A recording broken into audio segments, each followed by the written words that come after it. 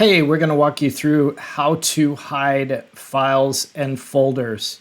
But before we get going, hit that like button, hit that subscribe if you found this video helpful. So the first thing that we're going to do is create a folder that we can hide. So we're going to right click here on the screen and we'll open up, we'll go to new, and we're just going to create a new folder. So let's call this folder test down here.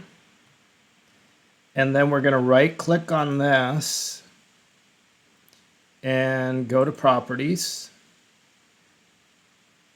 and go to hidden and apply and say OK. So this is grayed out right now because it's a hidden folder. So we'll go in and find that. So in Windows Explorer, I think that's what you call it, correct? We want to go to View and Show and go down to Hidden Items. And then we want to show those hidden items.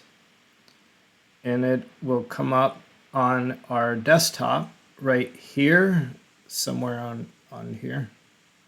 Let's find it. Aha, it's hidden. What the heck happened? So we'll go to View, Show, Hidden Items.